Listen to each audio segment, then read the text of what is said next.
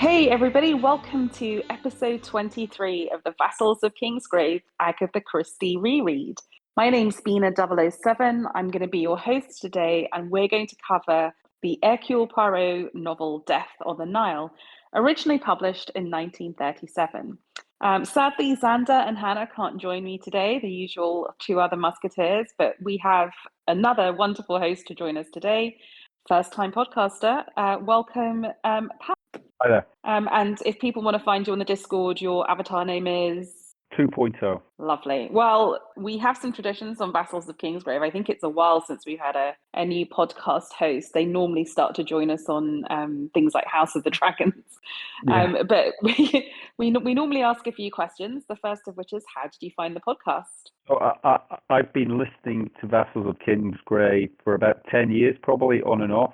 It's a great thing because a lot of the interests that the people on Vassals of Kingsgrave have are similar to ones I've got. So like Game of Thrones, a lot of the sort of the Star Wars MCU stuff. And while I'm doing chores, it's quite easy to stick it on in the background and listen along to people talk about things that I'm interested in.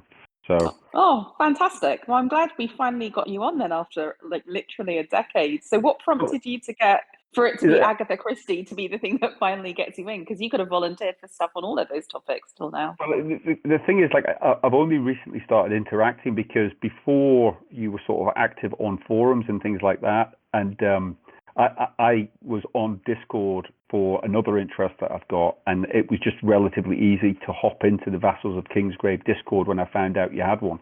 So that's how I sort of got on. And then the reason why I've chosen to do the Agatha Christie one is because it seems to be like a labour of love for you, and you were casting about for people to take part. I don't think you have any shortage of people to join you for House of the Dragon or Game of Thrones content, but the Agatha Christie one, I thought I could step in and at least give you a sounding board for Death on the Nile. Oh, bless you. That's so kind. So, yeah, definitely. When I started doing the Agatha Christie, I legitimately thought it was just going to be me talking to myself about Agatha Christie. So it's actually been really lovely to find. I had no idea that Hannah was really into Agatha Christie. It's been great to get Xander into it. So thank you so much. And do feel free to join one of the more popular sort of strands of podcast. Well, I should say thank you. Like I said, I almost feel like I'm paying my dues here, repaying like the sort of the literally hundreds of hours that I've been listening to you on Vassals of Kingsgrave for. So it's a small contribution to the community. Oh, does it feel weird to be on one, to be actually interacting, or because you've been on the Discord, does that make it feel less weird? I don't know. It'll probably feel weird when I listen back to it, but at this moment in time, I've literally listened to you. It probably feels weirder for you than it does for me because I've literally listened to you guys so often. I almost feel like I know you, even though I don't. Whereas you don't know me, so.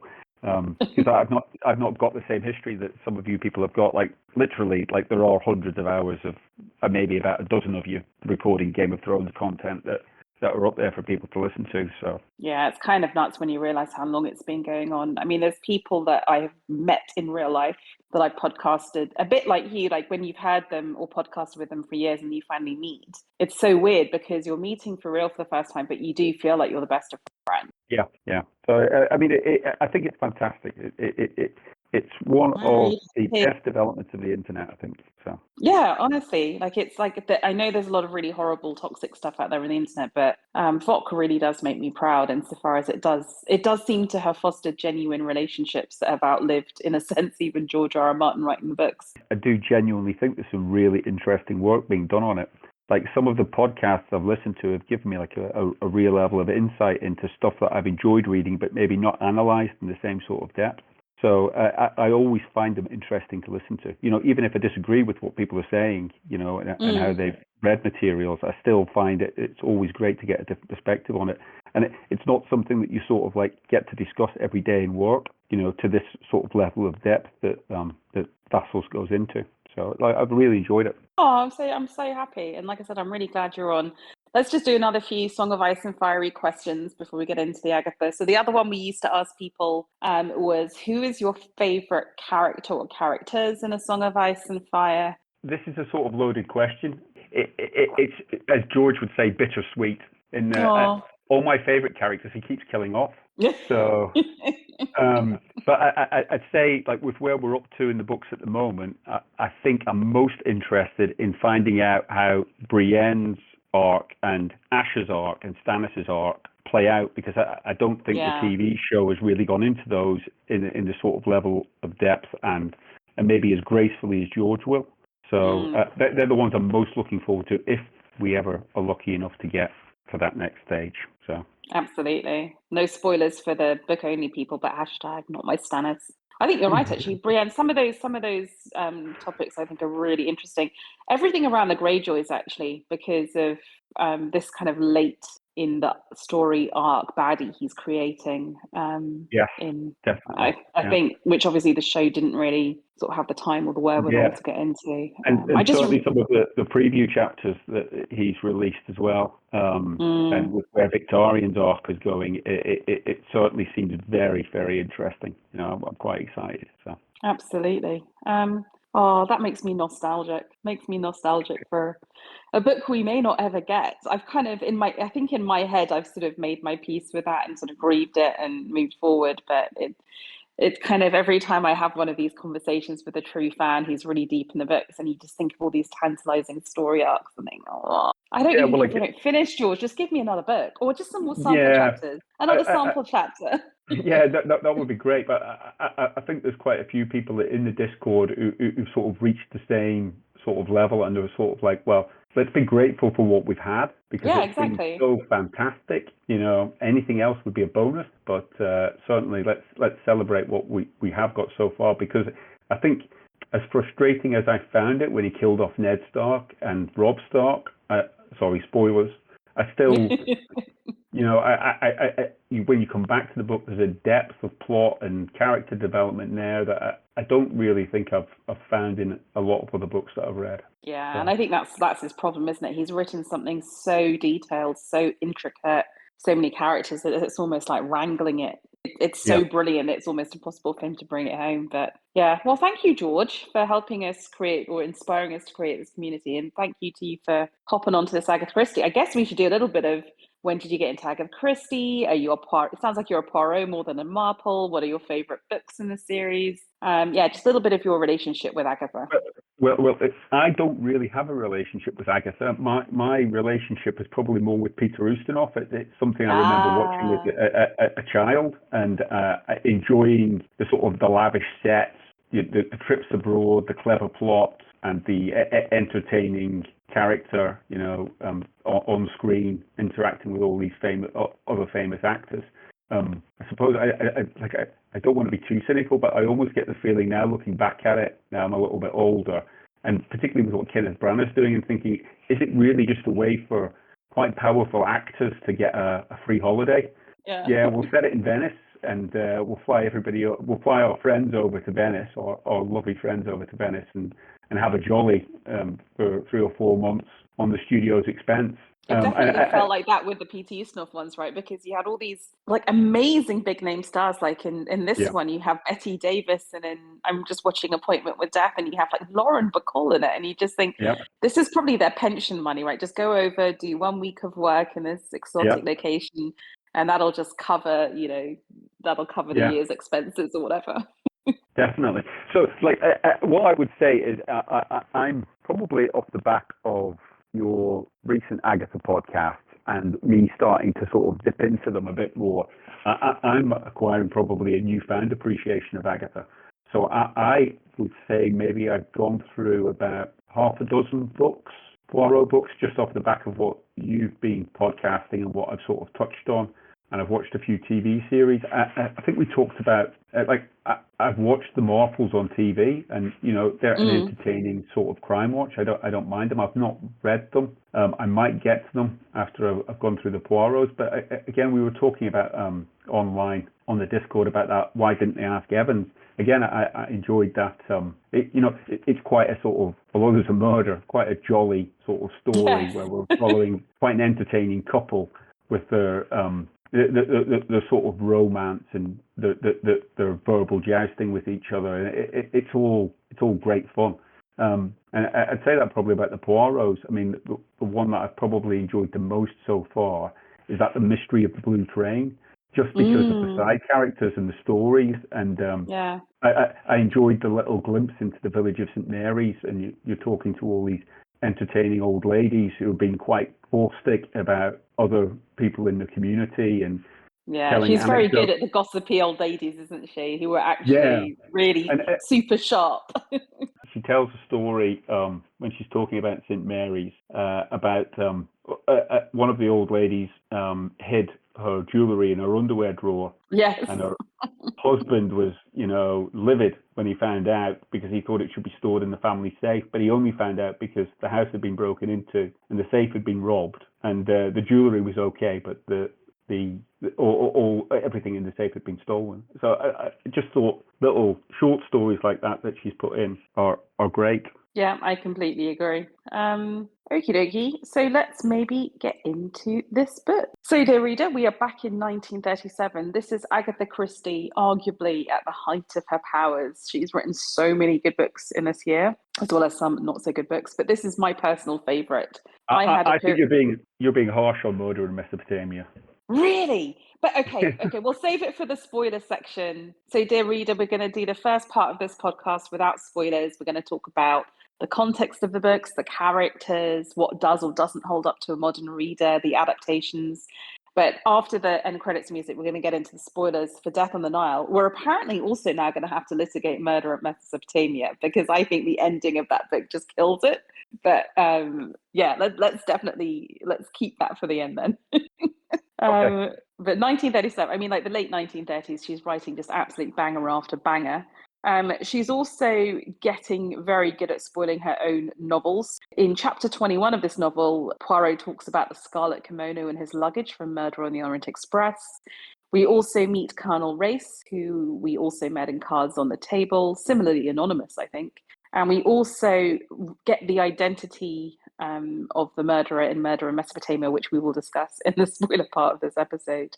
But more importantly than even who did it was that Hercule Poirot talks about how in going to an archaeological dig, which I guess is Agatha Christie just really thinking this herself, quote, once I went professionally to an archaeological expedition and I learnt something there. In the course of an excavation, when something comes up out of the ground, everything is cleared away very carefully all around it. You take away the loose earth and you scrape here and there with a knife until finally your object is there, all alone, ready to be drawn and photographed, with no extraneous matter confusing it. This is what I have been seeking to do, clear away the extraneous matter so that we can see the truth.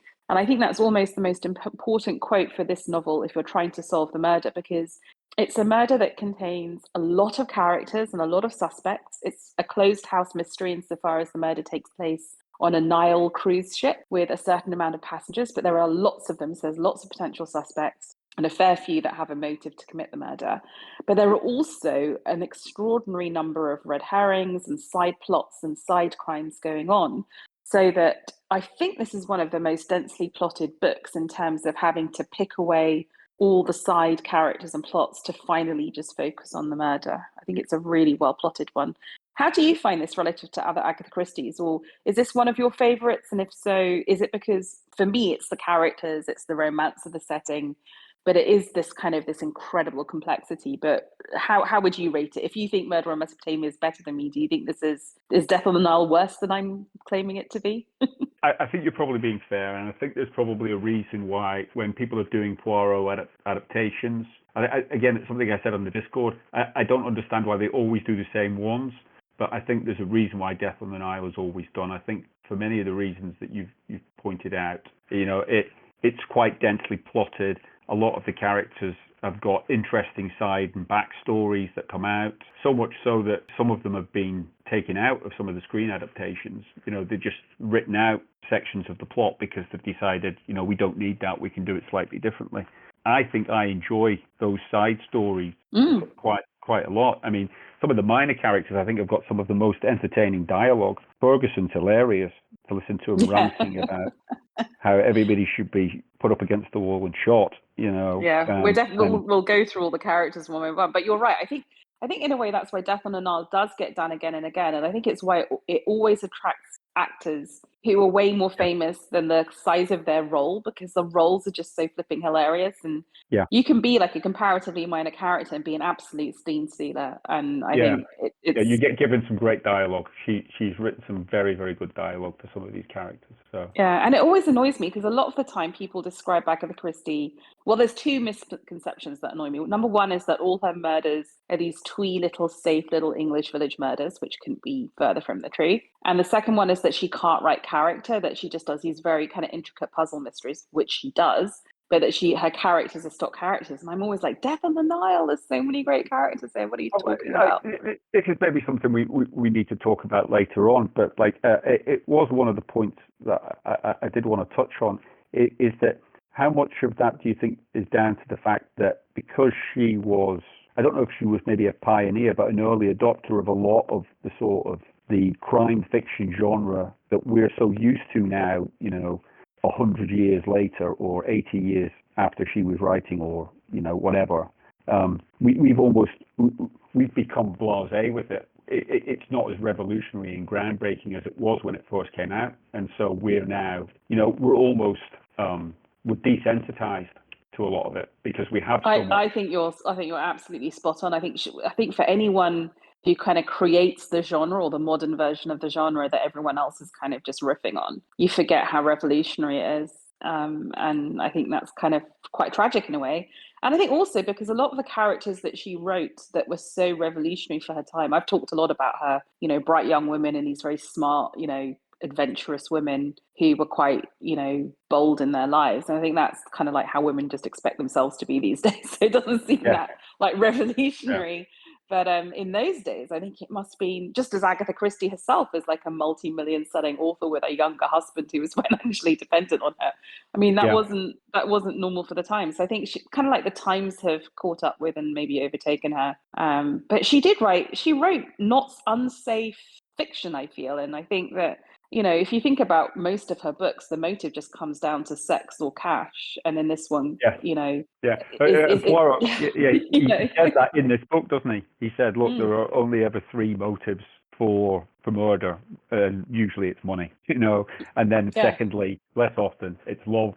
And thirdly, it will be because one person wants to try and gain a political advantage of some sort over another. The benevolent murder, but murdering someone for the benefit of someone else, which I just thought was hilarious. But he's right, and I think with all these plots, that if you ever want to solve an Agatha Christie murder, just figure out who's going to inherit and figure out who's either currently or used to be banging the other person, which is why they're not twee, because actually for essentially Victorian sort of raised women, she's never shy about talking about sexual attraction and the influence of lust on people. So she's not safe. Okay, let's get into the setup. So basically, the setup of the novel is that the action. There's a sort of very extended prologue chapter, which basically covers a lot of the characters who are going to end up on this Nile steamer. But the ones that are the most important are a very, very rich, very beautiful young woman. She's not yet of age, so she's under 21. So her estate is still managed by trustees until she's 21, called Lynette Doyle, and she is incredibly glamorous and incredibly rich. She has a best friend called Jackie de Belfort, who is, comes from a good family, but that family lost its money, so she is not as financially stable as Lynette. Jackie has fallen head over heels in love with a handsome young man called Simon Doyle, and they want to get married.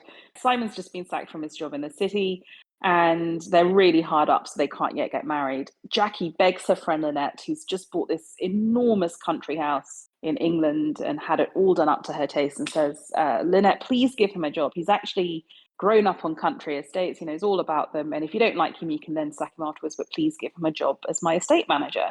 And obviously, we don't quite know what happened in the middle there. But rather than Simon and Jackie getting married, it turns out that Simon throws over his fiancée Jackie and marries the rich heiress instead. So Lynette has betrayed her best friend, married the handsome man, and they are now honeymooning in Egypt. And as revenge, Jackie, the scorned poor fiancée, is following them wherever they go and not kind of doing anything illegal, but just turning up and being really super irritating. And Lynette... I've got a quick question here. Go on then. she's supposed to be penniless. Where does she get this money to just fly over to Egypt to stalk them? I mean, that's Well, at some point, Simon says to Poirot, or maybe Lynette says to Poirot, she did have a small inheritance. And in those days, and I mean, who among us are trust fund kids, right? But how it used to work in those days is you were left a sum of money and then you would live off the income, maybe 5, yeah. 10% a year, or whatever. So what that person says is, I think it's Simon says it to Poirot, she must be selling down her capital to do this trip. And then what Poirot says is, oh God, so when this comes to an end, she will be utterly broke. Her income for life will be gone because she's eroded the capital. Because I always assumed, and I'm now going to put this in the spoiler bit, I always assumed that she was being funded by Simon secretly, but I don't think she is. I think she's literally running down her inheritance capital to get there. Yeah, well, there's a bit more to be said on that sort of cultural aspect of it, but again, we'll leave that till later. So. Yeah, we must remember to come back to all these things we said we're going to come back to. Anyway, so that's the setup of the novel. We've got a honeymooning couple who are really irritated. Lynette especially, you can imagine a spoiled little rich girl.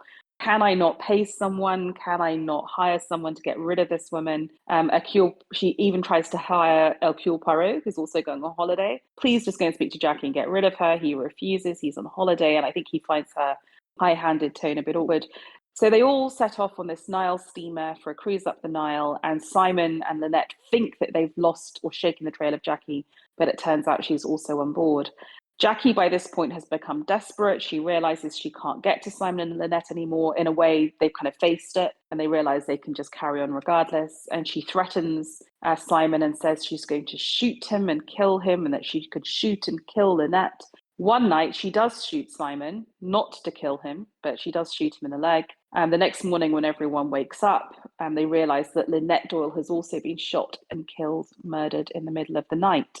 So at that point, Hercule Poirot takes over the case and tries to discover, as this Nile steamer is then going at high speed back to the main town, who actually killed Lynette Doyle. And we can now get into some of the characters. So let's start, as always, with Hercule Poirot. Obviously, you like Hercule Poirot. What is it that you love about Poirot? I know what Xander loves about Poirot. What is Poirot your favourite versus Marple? Or is it just that in your head it's Peter Ustinov being Peter Ustinov? He doesn't really feel like he's acting when he's Poirot. No, exactly. I think it's Peter Ustinov, and then because there's been so many actors and actresses who played all the different Christie characters. So, what do I love about him? I think everybody who likes Poirot likes his own conceit and self-importance, because there's a large streak of humour through it. I mean, whether it's intentional or not, I'm sure Christie's written it that way on purpose. But whether Poirot is as self-conscious that he is quite as pompous as he comes across is a different thing, and you enjoy it when you see somebody who's that self-confident, and then prove to be right as well.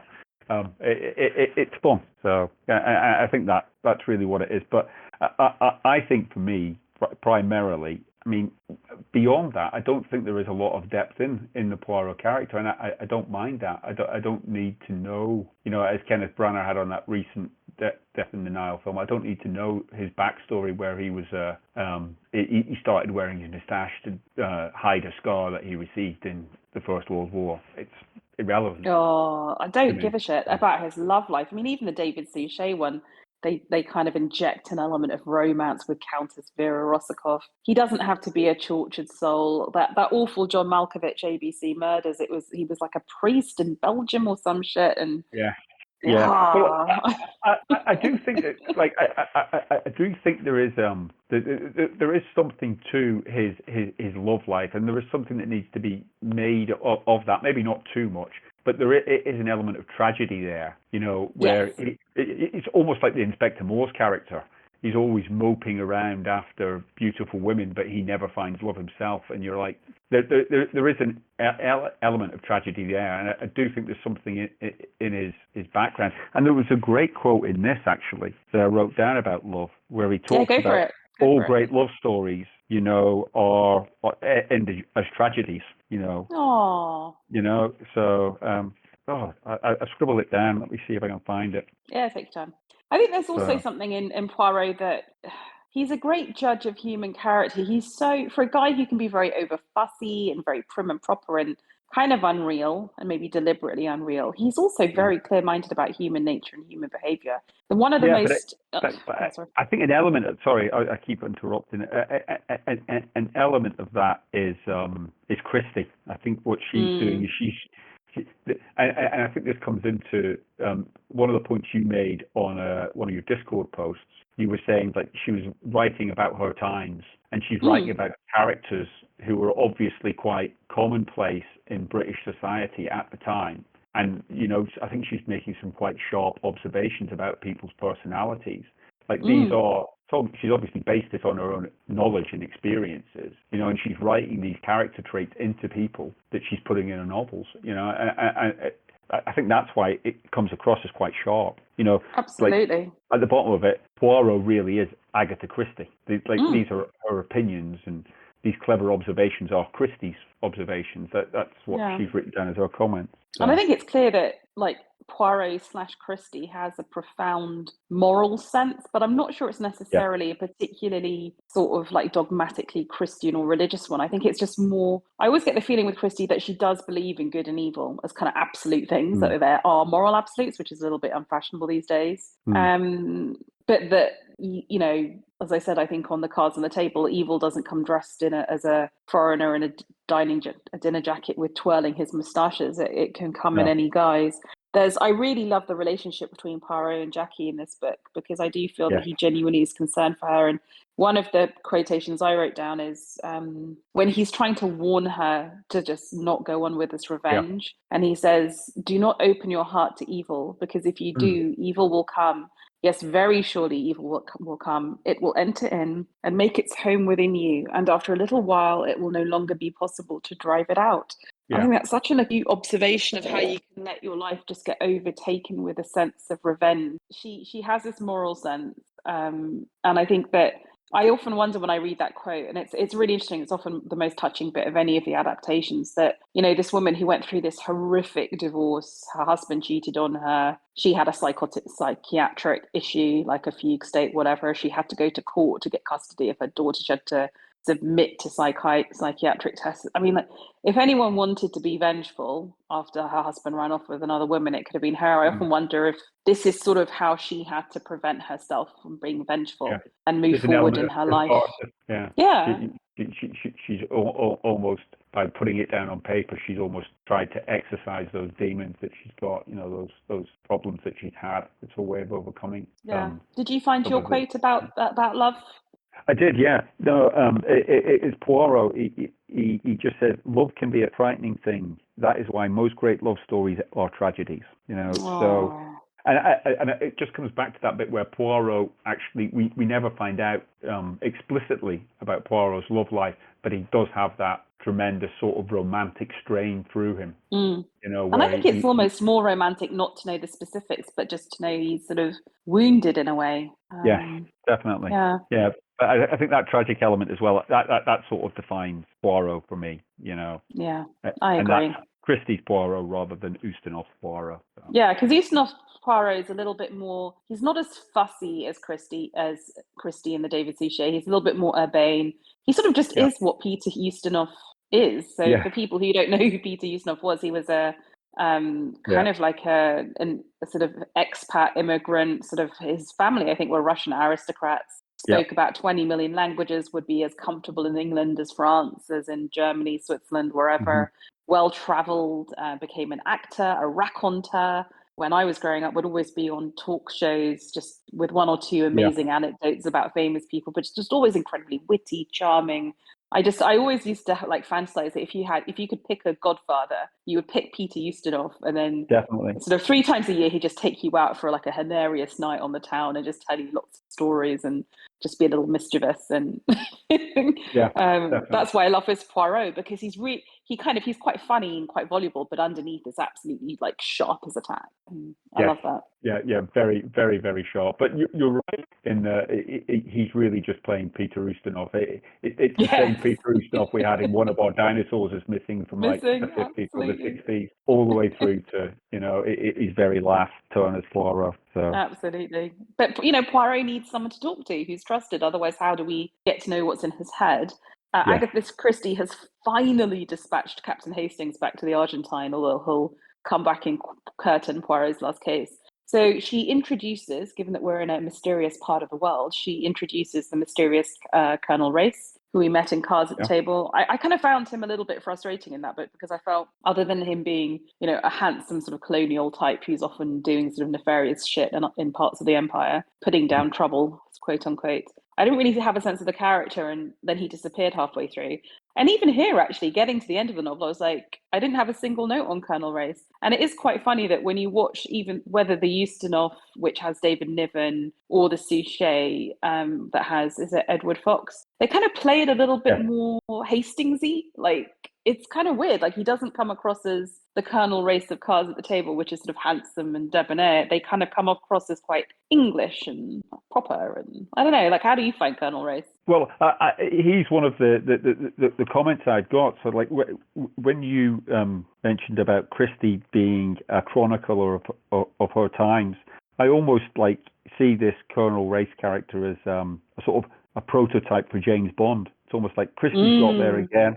She's beaten Ian Fleming to the punch, and she's already written the British spy overseas doing the government's dirty work. And got ahead of the curve. But of course, Fleming's the one that everybody knows James Bond. So Colonel Race gets overlooked. I mean, probably because there's not much substance to him. But I'm almost wondering, like, again, this is a character that Christie's written, so I would imagine her audience at the time were familiar with that idea of the British having people in foreign countries doing work for the British government. Oh, I think very much so. And I think that I think in a sense, both Fleming and Christie were influenced in turn by people like John Buchan and some of those sort of like adventure stories. I mean, even things like, Rudyard Kipling writing about the Great Game and all these sort of like, well, sort of privately educated, handsome, daring do sort of colonial heroes sort of out there in the far outposts of empire, sort of squashing evil communists and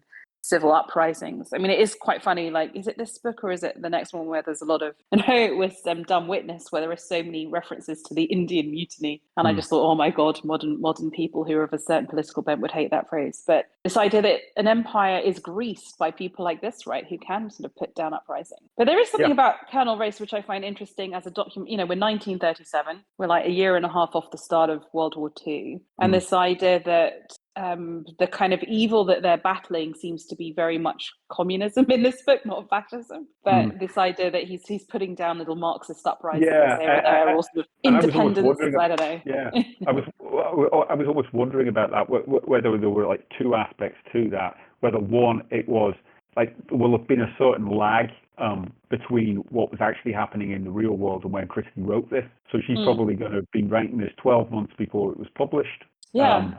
So there'll have been an event lag there. And also whether it might have almost been that communism would have just been the more comfortable bad guy for her readership, rather than actually put her finger on the pulse, which might have disquieted people. They might have been like, well, she's written that Colonel Race is combating Nazi spies in Egypt. And you're like, maybe that's just a bit too close to the bone. Maybe it's almost a safe bet. I mean, I think it's more the former, actually. I think you've absolutely hit the nail on the head that the visible menace was communism, right? Because, you had the Russian Revolution, you had communism in the Soviet Union, but also this is the era of the Spanish Civil War. So while I'm not sure the ordinary British public in, say, 1935, 36, when this would have been conceived, as you say, would have even thought another war was on the horizon with Germany. And in fact, as we know from reading popular newspapers at the time, a lot of people rather admired the fact that this little Hitler chap seemed to have got Germany back on its feet and it was doing rather well. Whereas the Spanish Civil War, a lot of people would have known young men, a bit like Ferguson, who'd become newly inspired to go off and fight for the communist cause in Spain. I think that would have felt like the more visible and present political Yeah, conflict. And if yeah, you read definitely. other authors of the time, like Evelyn Waugh and other people, they were writing far more about the Spanish Civil War than Yeah, no, about. it was definitely a very big thing. I mean, there's that whole story of George Orwell as well, going up Mm. and signing up to actually take part in the Spanish Civil War. So yeah, Yeah, no. I think that was far more in the public consciousness. And I think there was also maybe a presumption, even for people like Christie, that Jesus Christ, World War One was so horrific. We're not going to do another one of those, right? And that's why, the policy of our government at the time is appeasement. The policy of most people at the time is appeasement. The idea that one will have to fight with Germany is a very minority view, I think. Definitely. But yeah, so Colonel Race maybe is quite interesting and significant as a man of his time. So let's get into the other characters. So let's get into Lynette Ney Ridgway, now Mrs. Lynette Doyle, the murder victim. Although interestingly, we don't get a murder victim till quite late in this novel. We're about a good, and it's a long novel for Agatha Christie, and it's about halfway through before she actually gets murdered. Which is again why I love this book, because it just feels so ominous. Like so many people are threatening horrible things, and then it's almost like you're begging for it to happen. Yeah. How do you find Mrs. Lynette Doyle? An attractive character for you? I think she's quite interestingly written. And you were talking about the long prologue. I think we get her point of view at the start. I think the marked difference between her point of view initially and how she sees herself and how the other characters see her towards the end. And I think if you're sort of taking the omniscient reader's point of view, I think she's meant to be seen as not a very nice person. Although in the early part of the story, when she's describing herself, and talking about the improvements she's made to Wold Hall and the reason that she's turning down Lord Charles, what's his name, Windlesham. Windlesham, yeah. Yeah, she all seems to have the very best of motives for doing it. Again, I think maybe she's somebody as well who would probably be. You were saying about powerful women and Christie being quite revolutionary at the time. I think she's probably somebody who would be more appreciated in current society than maybe she would have been back in the 30s. I think. Yeah, because I think she is really admirable. And I always used to I first read this when I was probably the same age as Lynette Ridgway, so 20. And she was I thought, really admirable. Like, I thought this incredibly pretty woman who, is that another wicket? No. Who, was very, she'd inherited all this money for sure. And of course, she was throwing her weight around with it. But why shouldn't she buy a nice house for herself and do it up and wear beautiful pearls? She's not asking anyone else to pay for it. And then she was very, very good with her money. Like, a lot of times we're told that she's shrewd with her money. She reads all the documents. She's not a pushover. And No. why should she want to marry a guy and then have him take control of her wealth? No, but I think the sort of like the less attractive aspects of her personality you see are the way that she deals with Poirot, where she automatically assumes that Poirot will be at her beck and call. And I can't remember the exact quote, but like Poirot, yeah, and he says Poirot, no. yeah, and Poirot like makes a mental note that she was a woman who expected people to do what she said when she said it. And yet, so often in these books, we've seen men purchase his services or have that same high-handed attitude. Rufus Van Alden, classic example, Murder on the Blue Train. I'm trying to think the name of the American cousin who's super rich in the first Tommy and Tuppence novel. He's often being offered ludicrous sums of money by people who think, well, of course, that can just be arranged. Even the victim on Murder on the Orient Express approaches him when he's on holiday. And he says, no, I'm on holiday. And he just says, well, that can be arranged. So I kind of feel that, I often feel Agatha Christie is making a point here and was quite subversive and radical for her times. And I think she sees that people would see Lynette as being very selfish, but I think that she does admire her too. There's a lovely interaction between Lynette, who comes across as very selfish, and her cousin Joanna Southwood, who is very selfish and nasty, I think. Yeah. And I think Agatha Christie is definitely putting that contrast. But I do like Joanna Southwood as a character. On the page, she reads fantastically. She is so savage and caustic, and they're both so honest. Yeah, they're both so honest about money, because Joanna's like, if I had a friend who lost all their money, I would just drop them because they're just going to end up asking for shit and it's going to be awkward. Yeah. Well, I I, just I think that was one of my favorite interactions mm, in the book, and it's like I was saying earlier on. I love these little short stories that Agatha's just dropped in to pad her novel out. I think they're really entertaining. So yeah, there's a brilliant exchange, which I just think is it's only how really good friends can speak to each other. Lynette says to Joanna, "You think I'm selfish? No, just irresistible. The combined effect of money and charm. Everything goes down before you. What you can't buy with cash, you buy with a smile. Result, Lynette Ridgway, the girl who has everything." And yeah, then Lynette definitely. responds, "Don't be ridiculous, Joanna. Well, haven't you got everything? I suppose I have. It sounds rather disgusting somehow. Of course it's disgusting, darling." I mean, but, there is a kind of joy in that. Like why shouldn't there be a woman who just has exactly everything she wants? But yeah, no, I Yeah. really like Lynette Doyle, and I just think it's very sad that she got killed. Because I'm a Well, bit like yeah, Cornelia. I'm like, it's just sad when something so pretty goes away. yeah, yeah. Well, I'm not a big Lynette Doyle fan, but I'm not an anti Lynette Doyle character. She's a character. She's interesting, but I enjoy other characters in the book more, and I think she's been given negative character traits. And the point you're making about the guy who tries to hire Poirot on the Orient Express again.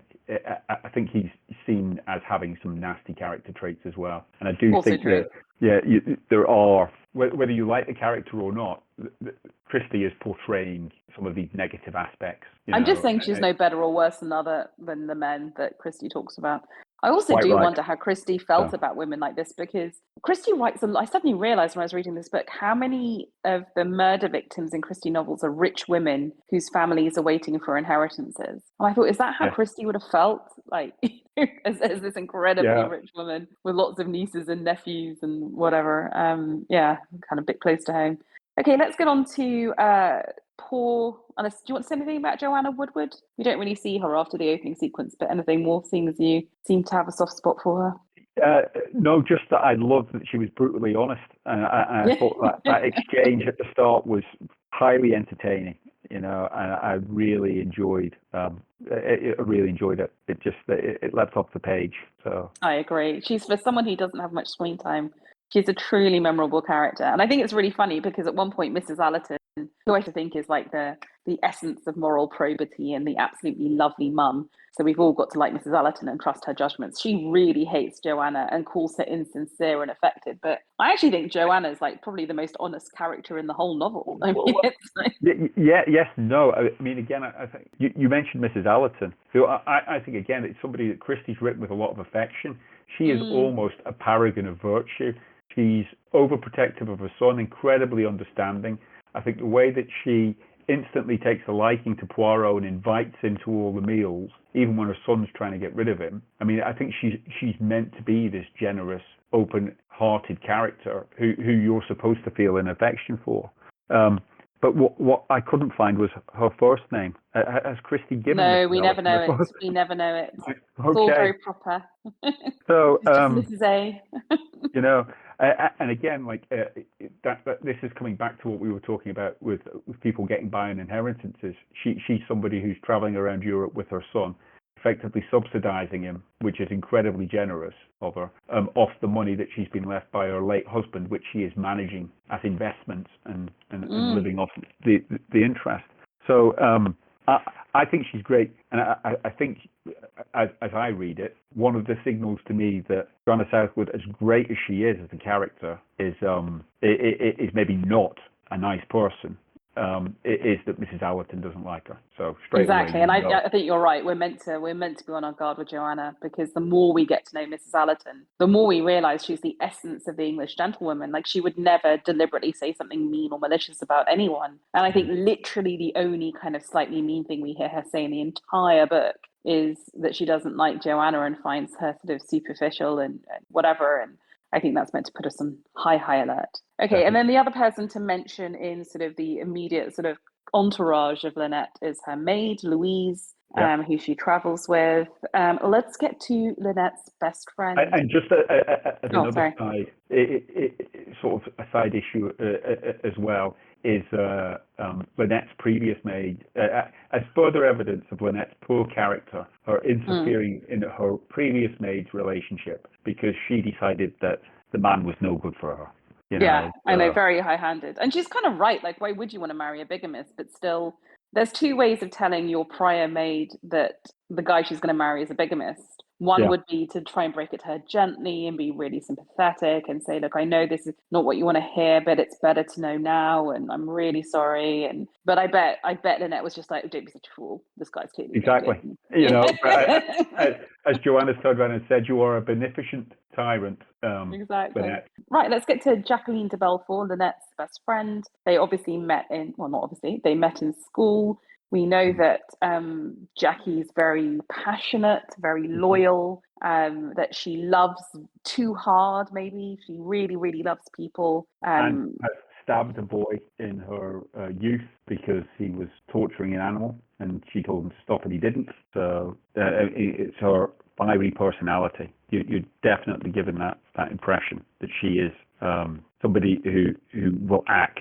You know. Yeah, If and she almost in wants the sense of justice. I mean, that is a to. story that's kind of disturbing in that it has like violence, but it's also she was doing it for a guy who was being bullied, right? So, or a dog that was Yeah. being bullied. So Yeah. that's kind of but it's interesting, isn't it? Because sometimes you do get like there's once or twice people say, "Oh, it's her Latin temper," you know, that kind of classic Yes. 1920s, 1930s. Oh well, she's got a bit of Southern European, so obviously she's too passionate. Yeah. But then we are told again and again by Poirot that she has brains. That little one that Yes.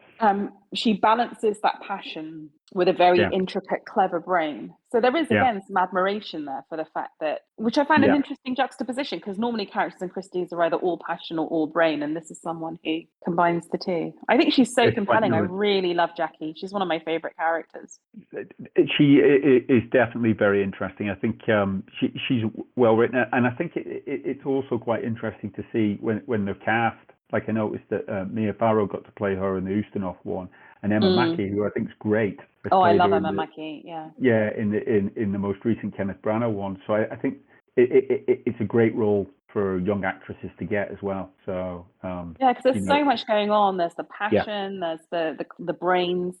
There's also like this idea of a woman who's on a path of vengeance, but was genuinely wronged. So it's kind of like a morally interesting thing that even though we're irritated for her and worried about her being violent towards herself or others, that there's also sympathy. And I think all of those things come into Hercule Poirot's relationship with her, which is really lovely. But we are told from the very start that her love for Simon's, it's that quote that you had that sort of love can be tragic, but it can also be frightening. And she has this moment when she's begging Lynette for a job where she says, "I shall die, I tell you. I'm crazy about him. He's crazy about me. We can't live without each other." So far, so kind of maybe normal when you're in that heightened bit of love. And then she says, "This love business gets hold of you and you can't do anything about it." Her dark eyes dilated, looked suddenly tragic. She gave a little shiver. It's even frightening sometimes. And I think that's like such a significant, early sort of description of this kind of too strong relationship. And I guess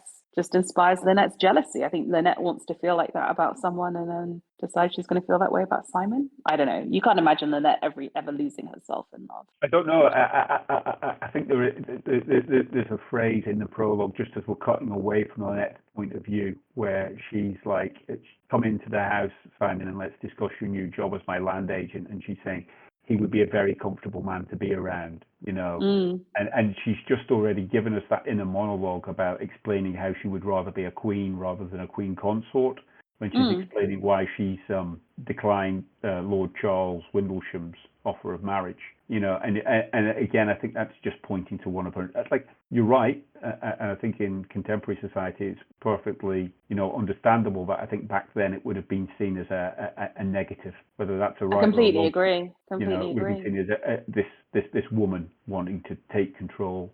Again, we're getting sidetracked, and there's more to talk about. Maybe. No, but I think it's really important as a point, because if you think about the average person reading this in 1937, if they're reading like romantic or whatever fiction, it's normally going to be two guys fighting over a girl who's quite pretty and submissive, and one of them will win as a romantic prize, but they'll be doing the fighting over her. And yet in this book, you've got two very strongly drawn, interesting, nuanced, powerful in different ways women fighting over this guy. And I mean, let's get on to Simon Doyle, because Lynette has all the beauty and a business brain. Jackie is also pretty. I mean, not as stunning as Lynette with all her money, but we know she's clever. And then, poor Simon Doyle. What is your impression of Mr. Simon Doyle, the love object of these two women? You were talking about how in other Poirots, the men had all the power and were quite manipulative and devious. And poor old Simon comes across as a bit of an airhead, really. What he described as he's counting, but with no money. And he's failed in business. And there's a great quote where he's talking to one of the lawyers on the boat, where the lawyer's saying, really, Lynette, you should read that legal document. And Simon's going, oh, don't bother. I never read any legal documents. I just trust people. And you're like, oh, my God. He is... he's a disaster waiting to happen. What they call him one of the Devonshire Doyle's younger sons. Impoverished with a dreary job. Any English people listening to this will probably have heard of the phrase "Tim nice but dim." That's always how I think of Simon. Maybe slightly better looking Harry Enfield. No offense, but I do think he's. I think Christie is quite savage towards her young men in this book. They are, both Simon and Tim Allerton are both feckless layabouts, really. Yeah, absolutely. They're all feckless, aren't they? They're posturing or feckless. And I think this does go back to Agatha Christie. I mean, I know I overanalyze all this stuff and psychologize it. Oh, that's not even a word. I think there's something to the fact that she had this beloved younger brother who was very good looking, very charming, but basically was a bit like Tim Allerton and a bit like Simon Doyle insofar as he was completely useless with money, never basically did an honest day's work in his life, and mooched off his sisters and his mum while she was still alive. And I think, this is ultimately something that Christie does time and again. The women are actually the ones who are capable, and even like you say, Mrs. Allerton just quietly managing off her income. And the men are just, kind of maybe good looking and decorous, but not much more going on. It's quite rare when you find one. And the thing that annoys me a little bit about Agatha Christie, maybe speaks to her romantic side that I don't have, is she's often marrying off these feckless people to practical women who are going to sort of save them and bring the best out of them. Which maybe like her fancy someone will sort out her brother. I know, but it's spoilers for later on. Papa Poirot does like to fix up these feckless young boys, and you just think, oh, come on. He does get them sorted out, doesn't he? So. Well, we don't know what happens when the novel ends, but yeah. Okay, so to finish off the sort of immediate Lynette Doyle party, we also have quote unquote Uncle Andrew Pennington, her American trustee who works on Wall Street, I guess, or in New York at any rate, has been managing her affairs, and by chance meets the newly married couple in Egypt when they're on their honeymoon. And because they're being hounded by Jackie, I think they find it, or at least Simon finds it, a relief that they can travel a little bit together in Egypt. So, which might sound a bit unusual on your honeymoon to have your American trustee there. But I think it forces them out of themselves and to have different conversation than if they were just the two of them discussing Jackie. So any Uncle Andrew? Yeah, well, I mean, I think, again, this is maybe a difference between the sort of the screen adaptations that I've seen and the book, which sort of stood out to me because he doesn't have a lot of depth, or he has a lot less depth on screen, and he is presented as somebody who's just genuinely just rocked up there by accident. Whereas we get a bit of his backstory in the long prologue, where he's found out that Lynette's got married, and the trustee, the trust that he's in charge of is one that she can take control of when she has got married, as well as when she is of age. So he's desperate to get across there to do his business with whatever he needs to protect his own interest. So he's and there's this whole story that Poirot is unraveling about how he got over. Like, which ship did you catch, Mr. Pennington? And when did you leave? And it turns out I think he flew across instead. So he travelled much quicker than he claims to have done. So he's obviously, he's no good. He's definitely no good. But I did get, again, it came back to this point that you were making about being a chronicler of the times. I mean, this character who was involved in Wall Street, American businessman, flying over to Europe. That was obviously something that was, I wouldn't say necessarily common, but it was something that people were aware of at the time. Yeah. And I think you know, actually, I mean, I think as it was, as he took a different ship. So he claims he sailed on the Normandy, but he sailed on the Carmanic, or the other way around. So it was about the yeah, ship dates. So it was, so it wasn't actually a flight. But yes, this idea of, in her books to this point, you have flights, you have international trunk calls to Canada. I mean, lots of like technological stuff that I didn't realize was possible until reading these books. And we are in the wake of the Wall Street crash, right, and the Great Depression, and definitely. it is interesting as a chronicle of times. There's a couple of characters. So you're seeing kind of the rise of Spanish Civil War, radicalization of youth. You're seeing the start and rise of psychoanalysis, and everyone has neuroses. And you're definitely seeing fortunes won and lost, and people. Lynette Ridgway's dad was a very successful businessman, but he was ruthless, and he did take people out. Yeah, and it's something maybe if Christie had been writing like 20 or 30 years earlier, that it's stuff that just wouldn't be in the books, wouldn't have existed, because it was just a completely different time, even though relatively recent contemporary, just before the war, but it was a completely different world that had changed so radically in that short amount of time. And you see a lot of these stereotypes, these stereotypical characters that are dropped in, and they appear. These types of characters appear in more than one Christie book. Rich American heiress, American businessmen. These people are always popping up in these books. But this is another great part for sort of semi-retired American actors, isn't it? We had David Soul in the David Suchet one. He's the guy who plays him in the Euston Office. Another really famous actor. Let me have a look. Yeah, I can't remember his name, but I think he was.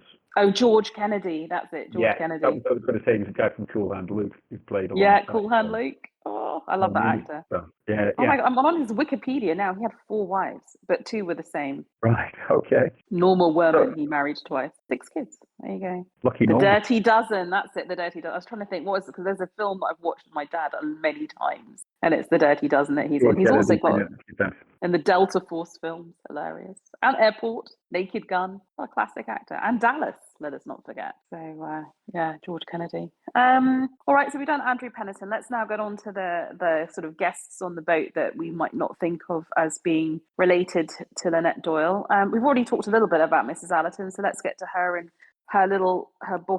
I was just saying little boy, but he's not. He's a grown man, Tim Allerton, who he's a grown man. Let us once again say he is a grown man. It is commonly understood. Let's be fair to him. He has got poor health, and he is trying to make it as a writer. So I think anybody with poor health who's trying to make it as a writer should be supported by their mum. Definitely. I think so. But he must be fundamentally okay, right? Because Mrs. Allerton loves him, or is that just like crazy mother love? I don't know. Yes, I think both. It is crazy mother love, and she overlooks a lot of his flaws, but fundamentally he's okay because Mrs. Allerton has said he's okay. So, and she is not touched on. I think he's fundamentally the type of person for whom the devil makes work for idle hands, and he just needs to get a job and sort himself out. And definitely. Significantly for the novel, he is, I think, a distant cousin of Joanna Woodward, who's a friend of Lynette Doyle. Mm-hmm. So at some point, there's a little bit of a connection there. Anything else you want to say about the Allertons? No, I think that's it. Okay. Well, if Mrs. Allerton is meant to be the sort of the archetypal, lovely, caring, gorgeous, warm, good, essentially good mother. You're not going to start slandering Mrs. Otterbourne now, are you? I bloody love Salome Otterbourne. Salome Otterbourne is the path not yet taken for me. I mean, just such a great character, such a great character. So there's another mother filial relationship on here. Salome Otterbourne and her daughter Rosalie. Salome Otterbourne, much like Hercule Poirot, has a good opinion of herself. She's a quote-unquote famous novelist, but she writes erotic fiction.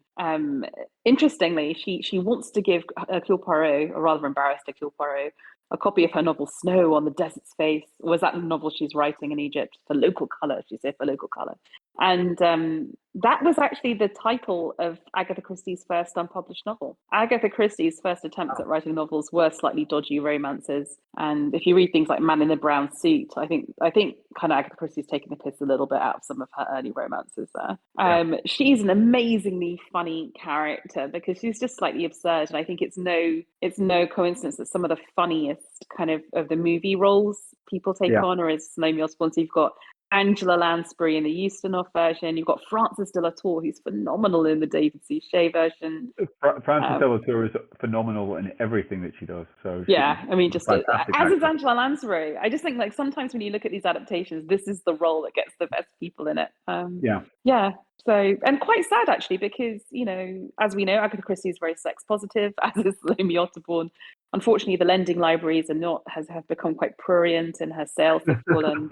Unfortunately, and she has a lovely daughter who's quite pretty called Rosalie Otterborn. And unfortunately, she comes across as very kind of standoffish and stuck up, and we realise it's because she's having to cover up for the fact that her mum's a sort of a secret alcoholic. So that's the reason why she's so standoffish. So she's actually quite a loving and loyal girl. It's just they comment on her mood swings. Rosalie's changes in personality. One minute she's like perfectly pleasant, very entertaining company, and then she's moody, surly,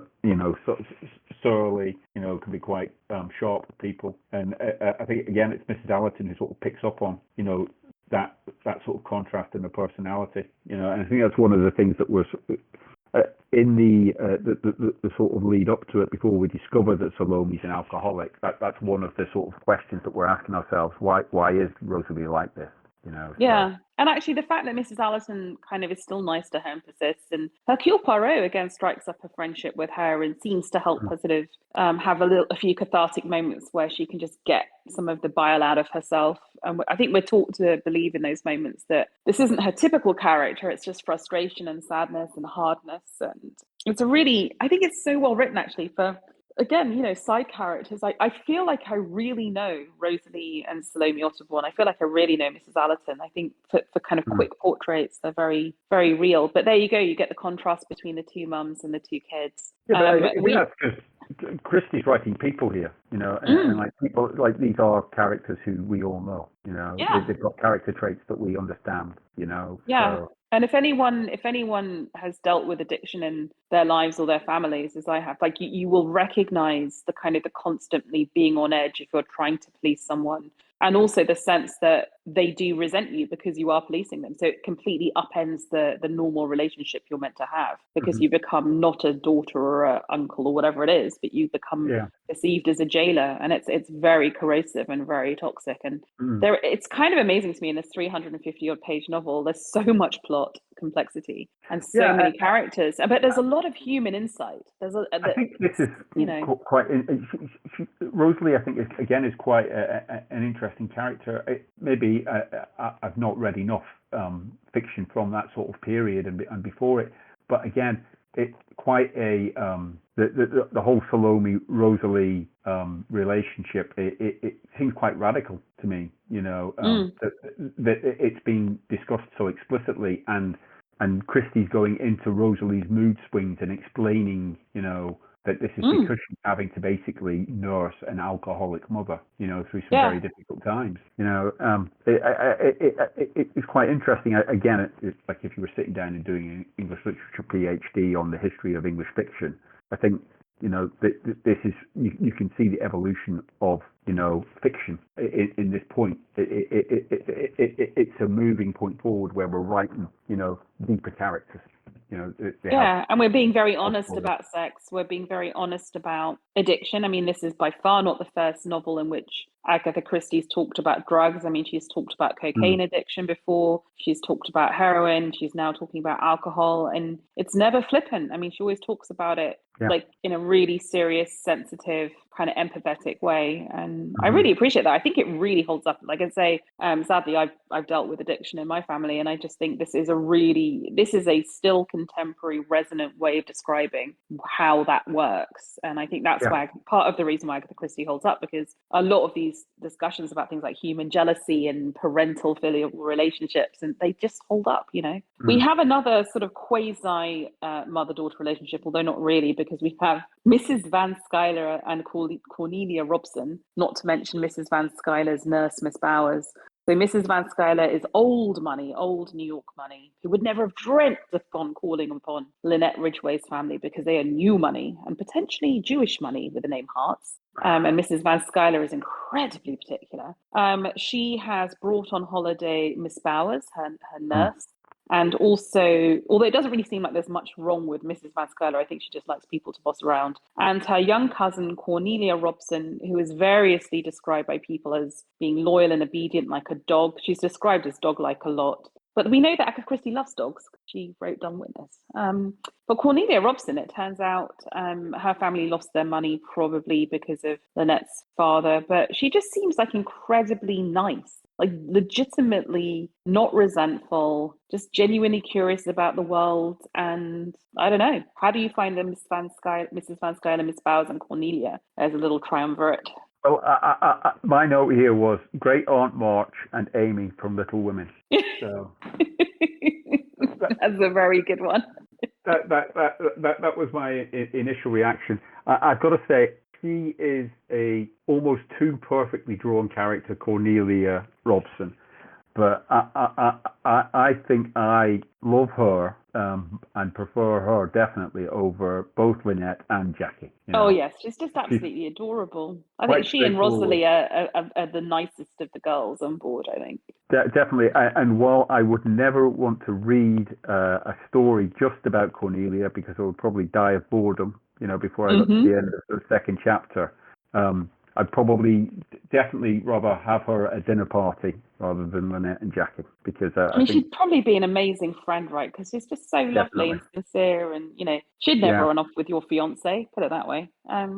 No, definitely not. No, but she's too perfectly drawn. But I think that when we sort of got to some of the Egypt scenes, I do think the exchanges between her and Ferguson were some of the ones that I enjoyed the most.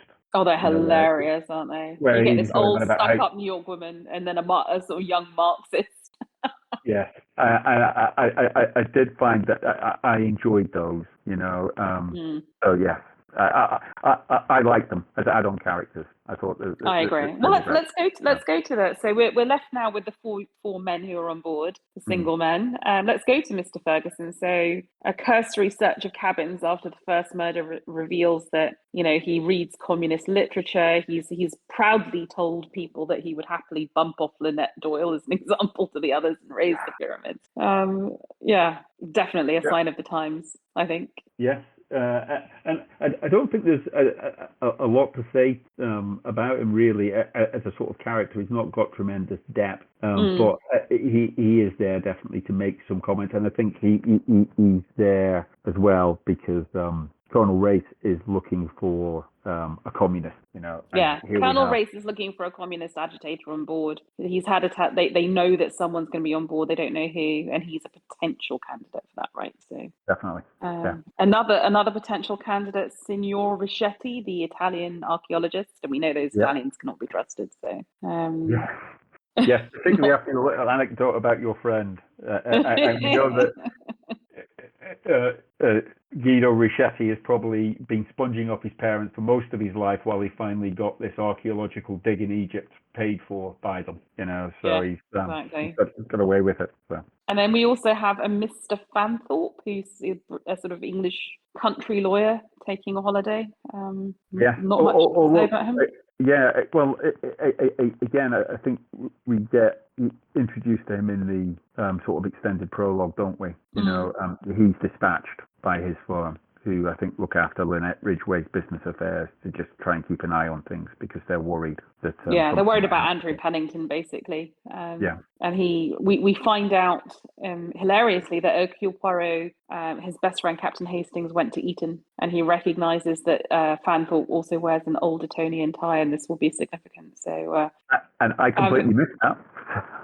So for people, an OE tie. So for people who read the Agatha Christie's as I do for the sort of the social kind of commentary, evidently in 1937, everyone in England would have totally got the reference to the old school tie. And there are some things that the old school tie does not do. In other words, just the mere fact that this boy could be wearing a school tie would suggest that he is a gentleman and that there are certain things a gentleman will not do, which is just incredibly socially snobbish.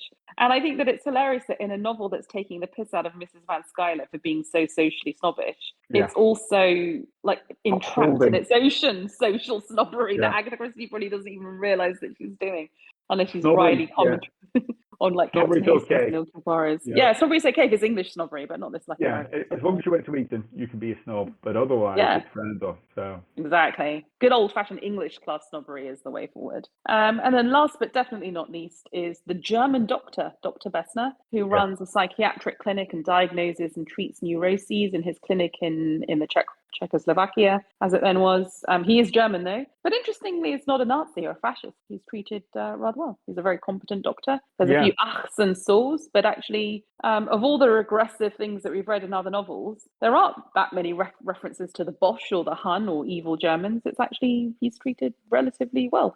I actually feel that in some of the adaptations, he comes across as more sort of like comedically German sort of caricature than in the mm. book. I was surprised. I Well, was bracing yeah, myself for worse. I think it's an attempt to sort of introduce humor because I think Bessner is essentially there as a sort of a plot device, isn't he? He can, treat people who get injured. We need to have a doctor on board. Somebody needs to be able to officially announce the person's dead. We need to be able to ascertain time of death. Doctors, can tickle those boxes for the plot development. So I think that's what he's gotten there. But I think like what I've put down here is he a pastiche of Freud? Yes, I think so. I think the with all the Austrian neuroses. the Austrian psychoanalyst is now part of Christie's fictional world. She's one of these characters that she can draw, one of these character stereotypes that she can draw on if she needs them. And was treated by, right? Like it's so in order to get custody, well, obviously she went through her fugue state and went through psychiatric treatment after the divorce. But in order to get custody of her child, she had to be proved not mentally unwell. So she had to submit to quite a lot of psychiatric treatment and talk therapy, which would have been very kind of the moment to prove that she was now well enough to have a daughter. So I think in a lot of these novels of the sort of mid 1930s, which date just after the divorce, you see kind of the benefit of her or the kind of her interest in this as a topic. But yeah, very of its time, it would have been very cutting edge, I think, to have all of this. Yeah, definitely. I think again, like we're familiar with this now because it's part of our sort of literary, sort of cultural zeitgeist. We understand it all. But back then, I think it would have been very new. All this sort of psychoanalyst, and the common reader picking it up for the first time probably had very little experience of this, so it was all new and interesting. I think this book would have been all glamour, right? I mean, what percentage, tiny percentage of people reading this could ever dream of foreign travel on the Orient Express or going down the Nile and would ever dream of meeting such an international group of people and talk of like a first stole? And I mean, I think the whole thing is just like fabulously exciting. And frankly, even for me reading it at 20, I'd never been to Egypt. It just seemed impossibly glamorous. And, Yeah. And watching the Peter Ustinov film, it's like I want to wear like clothes like that and be on a luxurious steamer and just drink cocktails before dinner. And yeah, well, don't we all? But like I also got the feeling like there is almost that element of end of empire. It's like you were talking about Murder in Mesopotamia, like the Grand Tour. There was a certain class of English society that did have the world as their playground. I mean, whether that was a good or a bad thing, of that sort of period, they could travel to far-flung places, and see and do incredible things. And I do think she's chronicling the end of that, like because we're seeing American businessmen on these trips now, American heiresses, are flying over and they're bringing the money, like she's almost chronicling the end of the empire, as it were. Absolutely, completely agree. And I think it is interesting that as a woman who grew up with no money because her father died and they lost it all, and then obviously made a fabulous amount of money, and she obviously really loved travel. And it's kind of interesting because she's experiencing this world as if with that wonder of someone who's just won the lottery. And she often has characters who do that, like Miss Grey in The Mystery of the Blue Train, who just wins money or inherits money and then can suddenly go on a luxurious trip. And I think there is something of that wonder at it. Like there's an enjoyment of that luxury, which I really love. It's kind of a way of going into that world, which I think is why this particular book really still is like one of her all-time most popular books. I think it's one of the highest sellings for sure. Anything else you want to say about any of the characters or the plot in a sort of spoiler-free way? I think most of the other stuff, I think I should leave until after you sort of get into the spoiler section. So because I think most Cool. of it Okay. is Well, is spoiler. let's touch on what has or hasn't held up. I mean, I would say I normally have copious notes about racist stuff in this section, and actually was pleasantly surprised how little there was here. The only kind of minor bit of anti-Semitism potentially in her earlier novels, Agatha Christie always used to fall into that fallacy of if anyone's fabulously rich, they're probably Jewish, because of course all Jews are fantastically good with money and fantastically rich. And she does make Lynette Ridgway's maternal grandfather a Hartz, and I think it is through Mrs. Van Schuyler insinuated that they wouldn't have been accepted in society. But other than that, and particularly in the case of Dr. Bessner, it's kind of, I was pleasantly surprised at how actually this was pretty not there. I don't know, did you pick up anything where you thought, oh, cringe when you read it? Or No, and I would say that in some of the earlier books that I've read, that she's written actually chronologically earlier than this, I have done. You know, you do sort of, you read it and think, that's maybe not okay. I don't know, do you think this is a reflection of Christie sort of her attitude changing as she gets older? Or because I've not read any of her later books, I don't know, do you see that sort of that racism that was very much part of society back then emerging in later books, or is it that she is as she gets older and becomes more worldly wise and matures, she becomes more accepting of people regardless of race? yeah, I think in general it does become less in the books as you go forward, maybe because she traveled much more and maybe because the world changed. There's a very famous incident that she met a German archaeologist this is as early as 1932, and she's certainly anti-Semitic after that, so it wasn't an overnight change. So I guess it never is. That's human nature. And he was talking about Jewish people in Germany, and I think it suddenly hit her. She writes in her diary, it's the first time I ever could lead. Like, I think that was quite shocking to her. So I think she was probably more aware than most of what was going on in Germany. But you can definitely see things getting milder. What I think really gets milder is that in the old books,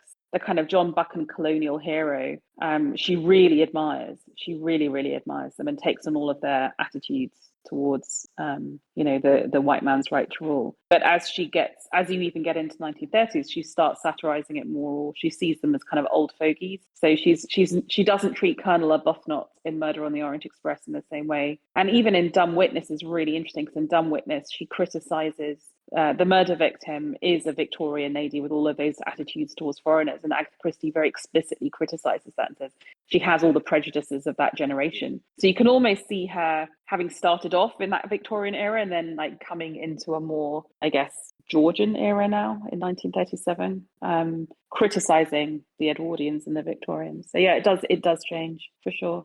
Okay. No, I'd not really picked up on a lot of that aspect of it. I think most of the stuff that I picked up on this really is her writing of her times, the setting that she's put everything in. It is very much, as you've said in the past, a chronicle of change. Yeah, she's the biggest selling author for 40 years of English history. So that tells us something about what people like to read about and what they felt was, interesting to them. And I think that it's just so interesting from that perspective. Okay, well, let's get into the adaptations.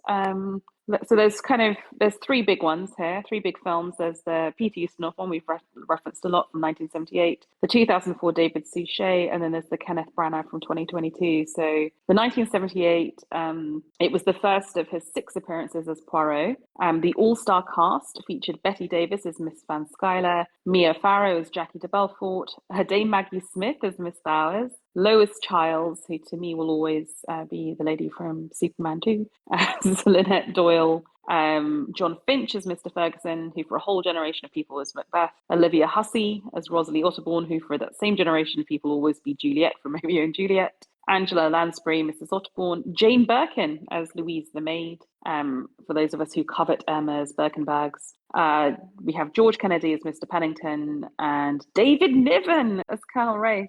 Oh, what a legend is David Niven. Love that guy. Yeah, is there anything else to say about this other than that it's super, like, basically I think incredibly good?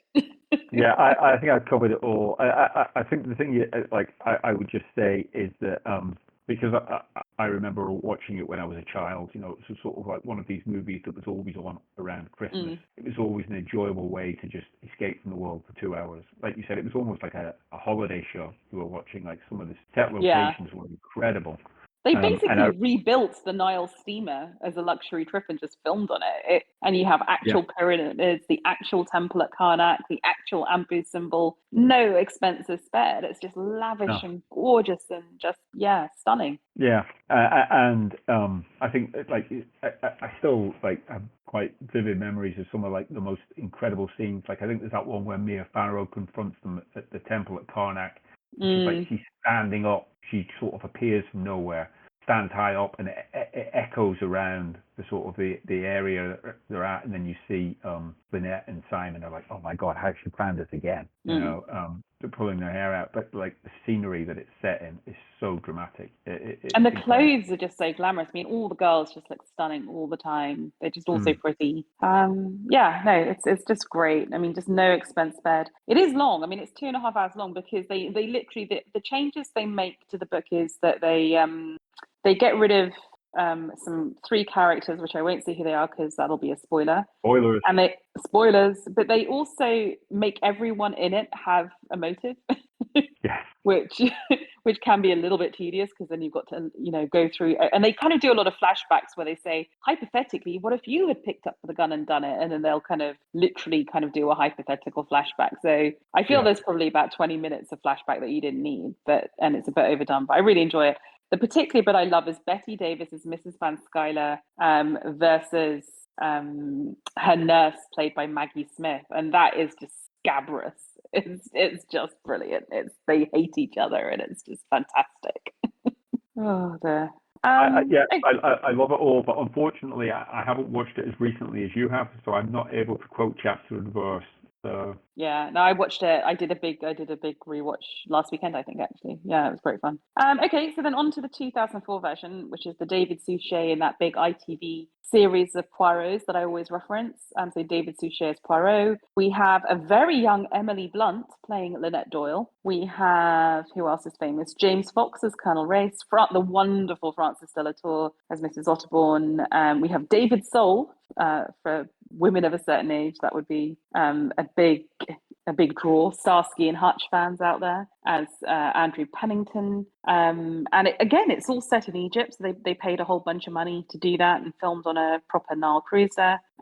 They also omit certain characters. And the other thing that they do is they have a little twist on the relationship between Tim and Mrs. Allerton. And one of the most interesting differences is, and I think it speaks to the character of Rosalie, is Rosalie in the Ustinov one is very gentle and very kind of loyal and caring and stressed and pretty. And in this one, they go more for the harder Rosalie, like the cynical, made hard by life Rosalie. And both can be found in the book, but they're very different portrayals. Yeah. And I think that shows how the strength of the writing and how cool that character is, that you can play her in 2 very different ways, but actually both are kind of valid from the writing. How do you find this one? Have you seen this one recently or at all? I've not seen it recently, and I watched it, but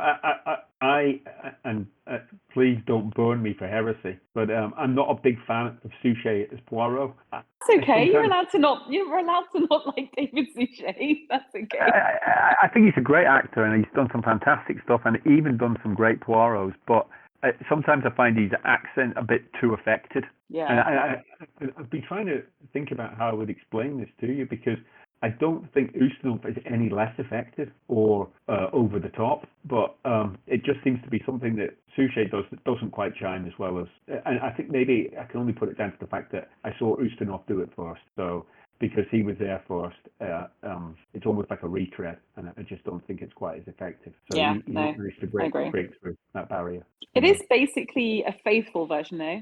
In fact, both of them, I think, are faithful, more or less. So if people want to watch a version rather than read the book, I would say either of them work. I mean, the Ustinov one, I think, if you can get hold of it, it's available on Amazon Prime Video to rent. You can get it on various streaming services, so it's definitely worth a go. And then finally, we come to the Kenneth Branagh version from 2022. It was the follow-up to his very successful, actually pretty faithful Murder on the Orient Express. This was a very traumatized film because with COVID, it was delayed on release. It also stars Armie Hammer, which is obviously problematic. Who else is in it? You've got Emma Mackey. You've got Emma Mackey from Sex Education. Yep. Fantastic young actress. Just definitely one to watch as Jackie. We've got Rose Leslie for Game of Thrones fans as Lynette's maid, Louise. You have Gal Gadot, Wonder Woman herself, as Lynette. Armie Hammer as her husband, who definitely deserves to be shot. We have got Russell Brand as Lord Windlesham, but in this one, he's a doctor. And then we have, who else? Sophie Okonedo, who's amazing. I love her as a Shakespearean actress. She plays Salome Otterbourne, so she's now a jazz singer. And we have Letitia Wright from Black Panther as her daughter Rosalie. And then we have Jennifer Saunders as Mrs. Van Skyler, and we have Dawn French as Mrs. Bowers.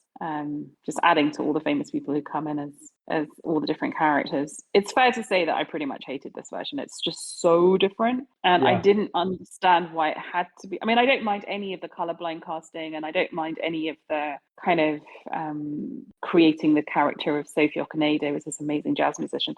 That I kind of love, actually. What I hated was messing with the plot points so it didn't make sense, and the whole character of Book turning up with his mother, and I just found all that just completely pointless. Like it's such a tight plot. Why do you need to mess around with it? And I also hated the kind of like 20-minute prologue of Poirot and his nurse he was in love with in the war and the scar. I mean, I just don't give a shit. I think I would agree with all your points. I think maybe the most important thing to take out of it, because like I found it hard to follow all the way through to the end, possibly because I knew where it was going. But I think the best thing that they've done is the way that they have changed the Salome Otterbourne character. Because I do think it's important that we do try and update these retellings of stories, to make them to appeal, and more accurately reflect where we're at as a society now. And also because it's not ahistorical. There were very successful black entertainment people who would have by far had the money to be on this Nile Cruiser and who were independent, strong women, and I mean, it's just done, and it's a shame really the film wasn't better executed to highlight how well done that aspect of the film was. I did think that was really well done, but overall, I just couldn't enjoy it as much. That said, though, when Ken does his next movie, I'll probably go to the cinema to watch it because I won't go to the cinema. I'll wait to watch it on Disney.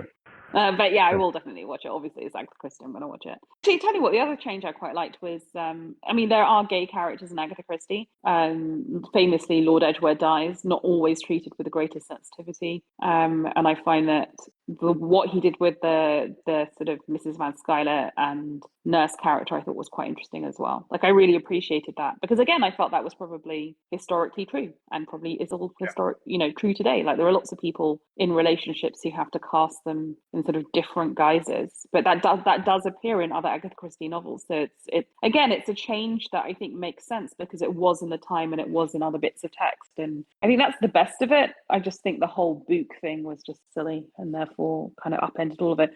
And also, I think what really works in the book and in the film is that these are all four girls, like Rosalie, Cornelia, Lynette, and Jackie are the same age, and they could conceivably have all gone to school together. Lynette and Jackie did; they're school friends. And I don't buy that Emma Mackey and Gal Gadot went to school together. Like one of them looks and probably is a decade older, if not 15 years older than the other. So I just think it's miscast. Like he just went for whoever was to Emma.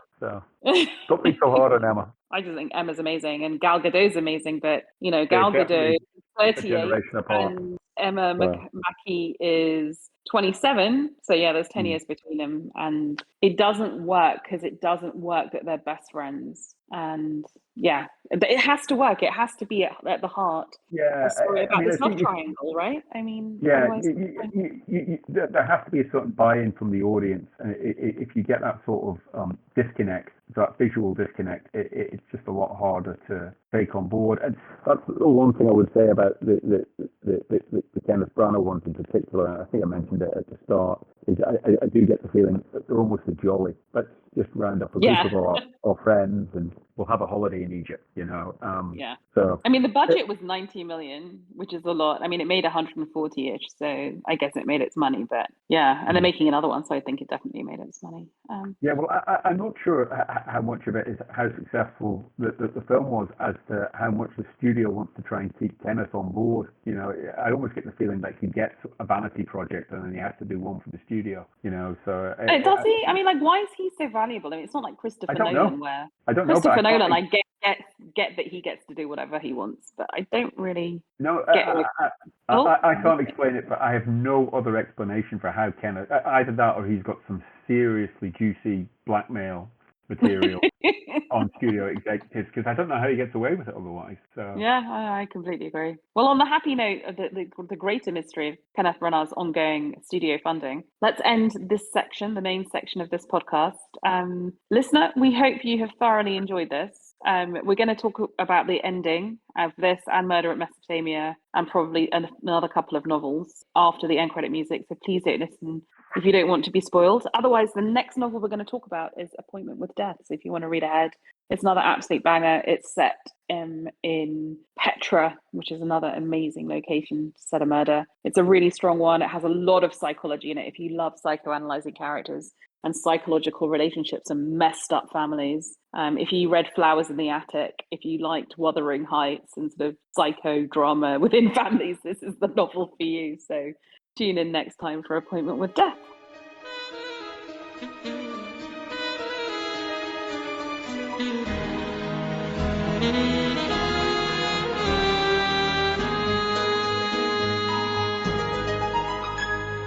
All right, then, let's get into the spoilers. So the ending, dear reader, which you know because you wouldn't be here unless you'd read it, is that you have to figure out that Jackie and Simon continue to be in love with each other, that Simon the thicko, who was sacked from his job for pilfering money, came up with the idea that he would marry Lynette for her money, then murder her with arsenic. And Jackie realized he'd just do it so stupidly he'd be caught. So even though she doesn't really want to murder Lynette, she also loves Simon, doesn't want him to get caught. So she helps plot out a very intricate murder in which they will provide each other with alibis. So he had all the physical kind of quickness and bravery to do the murder, and she has planned it out. However, Louise the maid has seen Simon go into the cabin to shoot his wife. So Jackie now has to slit her throat, Louise's throat, because Simon's out of commission. And then again, unfortunately, Mrs. Otterbourne has seen Jackie go into the cabin to slit Louise's throat, so she has to shoot Salome Otterbourne. It's a set of murders on the razor's edge, as I said again and again. It needs audacity, it needs risk. It's definitely not a safe set of murders, and in the end they both are killed for it. So it truly is that love is tragic and love is frightening. The side hustles are that Tim Allerton and Joanna Southwood are jewel thieves. They kind of make expensive replicas and switch them out, and that Tim was meant to switch out Lynette's pearls for fakes, but Poirot forgives him and marries him off to Rosalie. The person that Colonel Race was after was Signor Ricchetti. The tip-off was when Lynette secretly opened or by mistake opened his telegram, and he placed the part too well of an archaeologist. And then the final little bit of red herring that has to be cleared away is that actually Mrs. Van Skyler is a kleptomaniac, and her nurse is there actually just to check she doesn't nick anything and returns it before people find out and her reputation is ruined.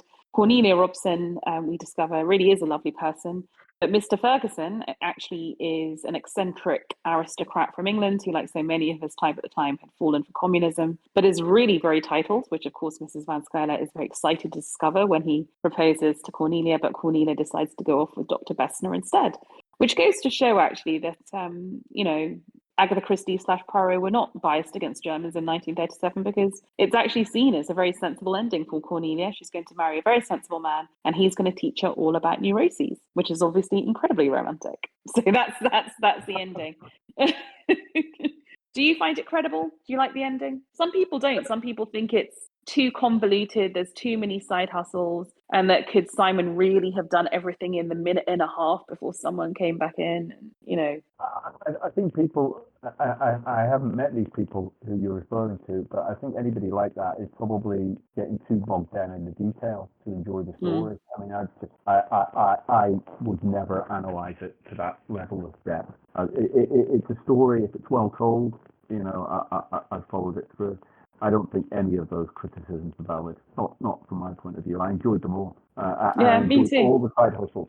And I think the thing about the side hustles is, as I said earlier, it's some of Christie's sharpest dialogue is being written in those side hustles, and I love that back and forth, those conversations. I think that they're entertaining and they're very funny.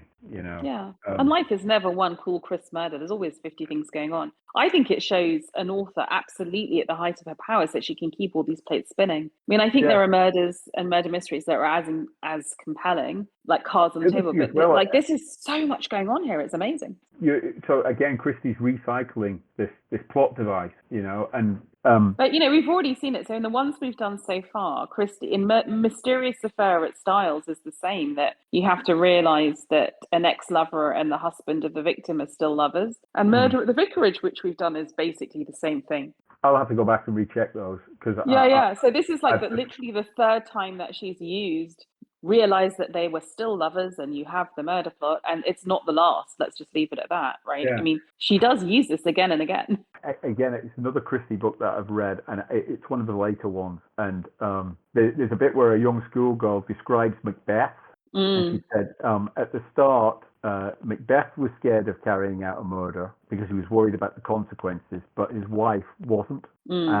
But as they got into it, Macbeth found murder was actually quite easy, and he quite liked it, and his wife didn't. Isn't that a direct quote? Doesn't Jackie say that actually it became scarily easy? Yeah, and that's what I was going to say. It's almost like the flip side of this. Like at the end of this story, it's Simon who cracks under relatively little pressure from Poirot, and Jackie says, "You've got a confession out of Simon, haven't you? I knew you would never be able to hold up."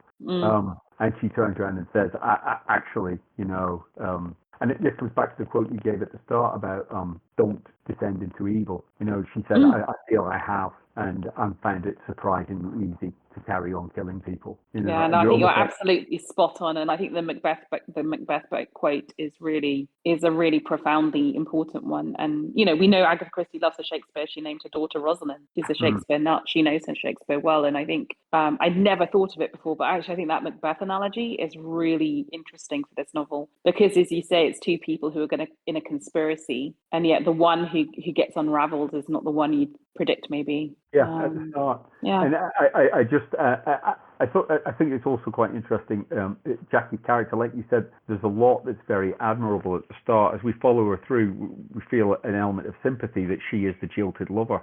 But then at the end, she, for me, is probably one of Christie's most horrifying villains. It seems she's become almost like a sociopath. She's like, killing people is not a problem for me as long as I can have the man I love, But the tragedy is that she is very self-aware. Like, she knows. Like, at some point she says to Poirot, "Would you consider letting me off?" And she says, No, you probably shouldn't. I recognize in myself that evil set in, and that actually this has become easy for me. And to me, that's why I always will have a soft spot for her, because I think actually if she'd never met Simon and never fallen so passionately in love, and if he wasn't such a reckless fool as to even have thought of murdering Lynette, and if Lynette hadn't reached out for the poor man's one little ewe lamb, I don't think Jackie goes into this world as a murderer. And I think there's something tragic about her recognition of how corrupted she's become by it. And I like Poirot, I'll always have a little soft spot for her, even though she doesn't. I think as well, there was an interesting quote that Simon, I think he says this when he's being pursued by, when he's in his relation, they're married, they're on the honeymoon, Lynette and him. and he's being pursued by Jackie. And he Mm. says to Poirot, a man doesn't want to feel that a woman Owned. cares more Yeah. for him than he cares for her. He doesn't Yes. want to feel owned body and soul. It's that damned possessive attitude. The man is mine. He belongs to me. He wants to get away, to get free. He wants to own his woman. He doesn't want her to own him.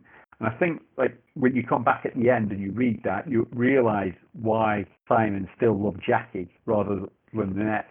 He's quite a chauvinist, you know, and he doesn't like to feel inferior to his woman. And when Jackie's explaining this at the end, she's saying, well, you see, Simon found that he quite liked the idea of having all Lynette's money. He just didn't want to be the queen consort. He wanted to be the king, basically. He wanted And to it be must in have charge been of it. hard, right? I mean, I think in any period it's quite hard. I often think about this with respect to the late Queen and Prince Philip. I think it might be very hard to sort of, in a society that overall is quite patriarchal, to be one of the few relationships where actually you're not the breadwinner must have been quite challenging. And, you know, I'm sure Agatha Christie was thinking of herself because she definitely was the breadwinner and had the younger husband whose archaeological digs she was paying for. I think it would have been very much at the forefront of her mind. I think it's still relevant now, actually. I think, you know, speaking personally, I think it's very interesting. I think that a lot of men will say they're supportive of their women's careers and probably think they are and genuinely are. But I think it's very challenging. Like if you have a woman who earns a lot more than the guy in the relationship, I think it is quite problematic still because there's all sorts of, for both parties actually, because we are inheritors of cultural norms. And even if it's irrational, it's quite hard to escape some of those tropes that are just so prevalent in society, even now. I don't know. Yeah. I think maybe I would have more sympathy for men back in Christie's times than I would now. I think that society's changed radically, and I think you're going to have to learn to accept that if you are a man who is lucky enough to be married to a very successful woman, good on you, well done. How did you manage to convince her? You know, because you know you've done well. She is a Lynette Ridgway of the modern age. You know, get over it. You know, because you're a lucky guy. And also maybe I don't know how much it would have played, but I mean we have just come out of a Victorian age. You know, we've had the Empress of India on the throne for a very long time. So I think maybe Victoria was different in that she believed that she should be the only powerful woman. But you know, I do think like people were becoming more accepting of women. You know, they could, you know, enter society, control money. You know, okay, there was a chauvinism there, but I don't think, and I don't think it's just me. I think Christie's written it very deliberately. Like, I don't think Simon Doyle's meant to be seen as a sympathetic character. When all the cards are put on the table and we get to see everything that was going on, he's just not a nice person. Yeah, he's just a fraudulent shit. He's just a spoiled shit. He grows up sort of And adjacent to money, but not having any and wants it. And then he feels quite glamorous woman's there, self-entitled. and he's like, "Oh, brilliant! I'll get her money. Excellent." I mean, there's nothing redeeming about Simon Doyle, and it's not even clear that he particularly loves Jackie. I'm not sure I think he could be redeemed only if Agatha Christie had drawn Simon to say he's actually a decent guy. He can see Lynette's really going after him hell for leather and finds it despicable that she's trying to take her best friend's fiance, and then decides, right, I'm going to get her money because she's just nasty, and then I can give Jackie and I a good life. But there's never a sense in which he's doing it for Jackie. It's just, I like yachts and I like playing golf and I like nice horses. I mean, it's not even like he's getting the money for his future wife and children. It's incredibly selfish. Like Christie does talk about it at the end. She does, when Jackie's sort of explaining how Lynette stole Simon. She was saying, well, like Lynette was making quite obvious plays, and I think there's that bit at the end of Lynette's sort of inner monologue at the start where she's saying, well, I'd quite like to have Simon next to me. This is quite a comfortable feeling, having this queen consort. I think like you can see Lynette as obviously made some sort of a play. There's been something that's happened there, but I Oh think yeah, Hercule Poirot definitely accuses her of that. He's like, you had the choice. You made the play here. But, Yeah. we don't get a lot of that backstory. We get it just briefly sketched, and I think Christie's left it deliberately ambiguous. I think the reader can read into that as little or as much as they want based on their own prejudices. And I'm choosing to read it that Lynette, made a deliberate play at Simon, and Simon has seen an opportunity and gone for it. Exactly. And Jackie's just played along, because she is hopelessly in love with Simon. Yeah, just loves too much. Yeah. Poor Jackie. I guess we should end up with a little chat about murder in Mesopotamia, which I just think the ending is just like ludicrous. I don't think any woman marries a man and doesn't realize it's the guy that she was with before. Yeah. I'm not going to fight you on it. So is that the difference? Like, you think it's a good story and that the ending's fine, like, basically? No, I just think death. I think maybe you're being unfair on it because you're contrasting it against Death and Denial, and like I can't remember who it was who said it, but like she's written 70 odd books. I think it was on the last podcast that you did with Hannah. Some of them aren't going to be as good as others. Yeah, not everyone can be a banger, and I think that one came after Murder on the Orient Express as well. Yeah, she's not or written something like that. 70 Murder on the Orient Express, but even so, I didn't mind it. It was quite good. A comfortable, lightweight, frivolous read. I think maybe you just hate it so much because it's a drop off compared to some of the other stuff that she's written. I also just don't find the characters that interesting. I mean, there are so many good minor characters, and I think most books have one or two that are quite interesting. And this one has about like 8. But that one, I don't know. I just can't get over that ending they made. It's like Summersby. What was that old film with Richard Gere and Jodie Foster? I didn't watch it either. But all I remember, because I was quite young when it came out, but all the kind of the school ones discussing, she must know. How would you not know it's your husband when you have sex with him? And I was just like, yeah. So I don't know. I mean, there are books that I hate more. This one, I just think I always find Agatha Christie has good endings, and I'm always surprised when people criticize this one, like Death on the Nile, because I think this is one of the best endings. But there are people who think it's really implausible. I would have to read it to try and understand their points. But I mean, I've got a few other things I wanted to touch on, which sort of like dot all over the place. Go for it. I thought that it was quite tragic. Jackie's taken it into her own hands to just, her and Simon are going out together. That's it. Bang. She shoots him, doesn't she? And like, that's it. And then she shoots herself. And because she's always saving him. Like, she saved him from being, she knew that if he'd have killed Lynette, he would have done it in some stupid way and would have ended up being hung, because this was still a hanging offence. And having killed her, she now knows they're both going to be hung, so she'd rather just kill Simon and be done with it. And she's taking the way out, and she's like decided. And then I was going to ask you what you thought of Poirot effectively being judge, jury, and executioner on this whole process. He decided that he knew that she had the gun, or suspected that she probably had the gun, and that she had the temperament that would mean that she would probably do something like this, and he thought it was... Yeah, but he does that again and again, doesn't he? I mean, I think with Poirot, he believes in good and evil, and I think this is Agatha Christie, and he likes justice to be done, but to him, whether... they've committed 3 murders, they need to die. Like, I think Agatha Christie believed in the death penalty. And whether they shoot each other or whether after, wasting 3 months in court and a bunch of money, they end up getting hung, I think is neither here nor there for Poirot, because justice is served either way. It's kind of the way I would interpret it.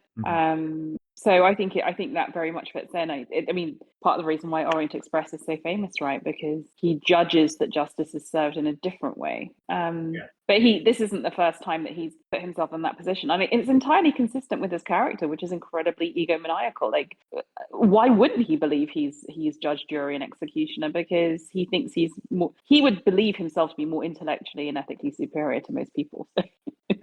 I mean, like, once we get past his like entertaining little character traits, I mean, do we think this is something that we would like somebody in modern society to be? I mean, no, because it's vigilante justice, right? Right. Okay. But I think it is from a different time. I mean, this is from a time where in general, people believed in capital punishment. Yeah. And people Especially for, believed like, in God. People Yeah. were very religious, and they believed in God, and they believed in heaven and hell. But And I think that's almost the reflecting context. the sort of cultural mood at the time. Yeah. This is something that her readers would have been comfortable with. Yeah. Yeah, I don't think now that I mean, and it's true, right? If you watch an Inspector Morse, or even something more contemporary, that's not how detectives act these days in our world. But in the time, I think it would have been perfectly acceptable. Right.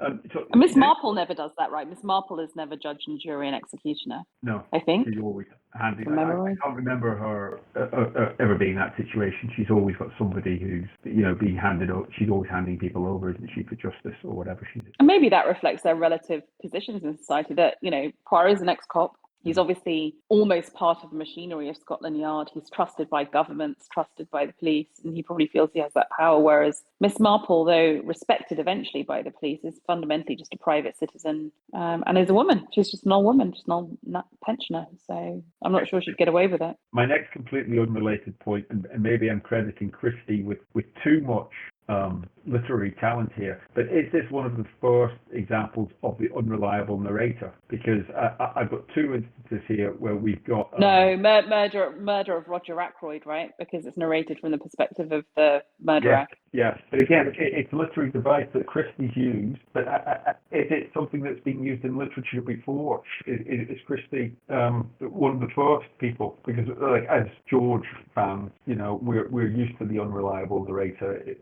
It's well used in Game of Thrones in the book. I suspect that some Wilkie Collins is seen as being the first true, like the Moonstone, right? Yeah, I don't know. It's so, like, I must admit, I enjoyed it when I was going through it. I liked the way Lynette was sort of. We got into Lynette's mind, and the way she presented herself and described herself. And I also enjoyed the bit where we were inside Lord Charles Windlesham's head, and he was saying, "Well, I love Lynette. It's just the plus that she's got money." And she'd be able to revamp my hall just to my tastes, and I could exactly. Fabulous things, but it's because I love her. Right, and then what was the next one? I was going to be saying, so like you touched on this, didn't you? But I did think this was quite gendered, and I think we've already said that, haven't we? Like the blokes in this are, apart from Poirot, are pretty stupid, and the women have got all the brains and the talent. And I think this ties back to something that you put in that post on Discord, where you talked about how women were having to make their own way in the world. And again, this comes back to Joanna and Tim, and Joanna's basically making a living by being a jewel thief. This quite clever operation, and I found that quite interesting. You're talking about women trying to make money. So I thought, and in general, all the women here have the brains. So Joanna has the brains on behalf of Tim. Arguably, his mum does too. But it's very similar, isn't it, to a lot of other novels? If you look at the Tommy and Tuppence novels, it's Tuppence who has the brain, and then Tommy's the kind of the jock who kind of runs around and does stuff. This is very typical, and quite subversive of its time, because really it's the women who make all the running in these novels. I must admit, I enjoyed the dynamics in the book. I thought it was quite it's quite fun. When we unpicked what was going on with Tim and Joanna, I was cast back to that early conversation that Joanna had with Lynette. I was like, I can just see how this all would have played out. And when you're talking about the ending, I mean, like, maybe I'm just being overly sentimental, but I was quite happy that, although, again, it was like Poirot sorting out a feckless layabout by hooking him up with a good woman. I was quite happy that Tim and Rosalie got together at the end, and Poirot was like, well, we've lost one couple, but I've managed to make a couple more, so karma, I've righted things in the world. So. And also just the fact that although Tim doesn't really maybe deserve Rosalie deserves Mrs. Allerton as a mum. So I can forgive. Tim's like the collateral, not damage but advantage, because he gets a great wife. But I think it's all worth it, because I just want to see Rosalie with Mrs. Allerton, basically. But I think Poirot sees more in Tim than you do, because I think he's hopeful that Rosalie will be able to sort him out. You know, Yeah. once we've got a good woman, they'll be sorted out. But I think that, in a way, is Agatha Christie showing herself as being of her time. That all any man needs is the love of a good woman, and frankly, women exist partly to do that, to sort out men, which I think to a modern reader is a little bit chafing for sure. But Definitely. yeah, and I think Tim Allerton is probably, like I said, devil makes the work for idle hands. I don't think I think a bit like Jackie, if they hadn't come across their partners, they wouldn't have fallen into the paths of evil. I think Tim's basically fundamentally probably a pretty okay guy. It's just, he's just bored. Yeah, he literally needs to just get a job. Despite being an international jewel thief, Poirot's prepared to give him a second chance as long as he's being paroled by Rosalie. Exactly. Right. Right. Well, this was really fun. I apologise that this took over 2 hours. But, no, that's fine. I've got one more thing I want to add, and I'm just putting it into Xander after the last podcast because we haven't touched on it. We haven't touched on Poirot being Poirot. But it was a great quote in chapter 29 where it says, Poirot was silent, but it was not a modest silence. His eyes seemed to be saying, "You are wrong. They didn't allow for Hercule Poirot." But aloud he said, "And now, doctor, we will go and have a word with your patient." So that is bloody brilliant. That is so good. I mean, I just love Poirot being Poirot. Yeah. I think it's very entertaining. So. Okay. Well, this has been really fun. Thank you for jumping on. And I think it's a great book. I mean, I think there are so many good characters, which is partly why we've taken so long. And also just because, there are so many good adaptations that need to be discussed as well. So I always knew this would be one of the longer episodes. But it's been really nice chatting some Agatha Christie with you. I hope we'll see you again at some point. Yeah, no, I'd love to get the opportunity to do it again. It's been great. Okay, well, we will reunite with Appointment with Death. We hope you enjoyed this, if you're one of the 2 people listening to the Agatha Christie cast. And what do we want to ask them to tweet in as a code if they're listening? I'm not going to give them my Twitter handle because they don't want to read about all the ridiculously niche football fantasy sports stuff that I tweet on that Twitter handle because it's ridiculously niche. I think ridiculously niche is where Vop lives, right? I mean, isn't that like... Yeah, but not even you have got an FPL channel. So this is true. This is true. Okay, I'll give them mine. So you can tweet at Bina007. So Bina, BINADOUBLE 0. Actually, not 0. It's the number 0 and 7. What were they going to tweet if they've listened right to the end? Poirot should have let Jackie off. Poirot should have let Jackie off. That's quite a long thing to tweet. Okay, tell us how you feel, peoples. That's okay. That's okay. Hashtag Team Jackie. Hashtag Team Jackie. Perfect. That's a little bit more Twitter appropriate. Brilliant. Thanks very much, Bina. All right. Bye.